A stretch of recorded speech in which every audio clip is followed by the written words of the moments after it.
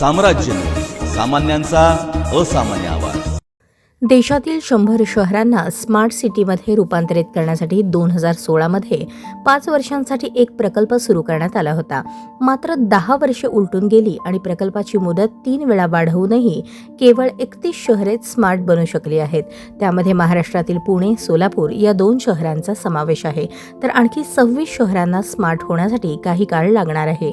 माहितीचा अधिकार अंतर्गत दाखल केलेल्या अर्जाच्या उत्तरात केंद्रीय गृहनिर्माण मंत्रालयाने सांगितले की स्मार्ट सिटीचे 43 शहरांमधील प्रकल्प जवळपास पूर्ण झाले आहेत, तर 26 शहरांमध्ये हे प्रकल्प पूर्ण होण्यासाठी अजून वेळ लागणार आहे।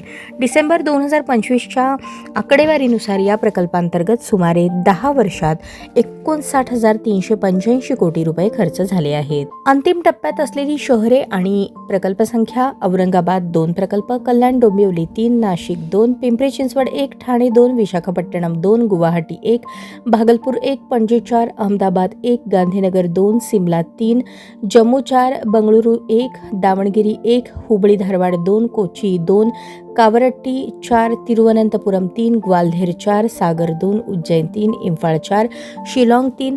स्मार्ट सिटी मोहिमेसाठी 28 राज्य आणि 8 केंद्रशासित प्रदेशांमधील शहरे निवडली होती।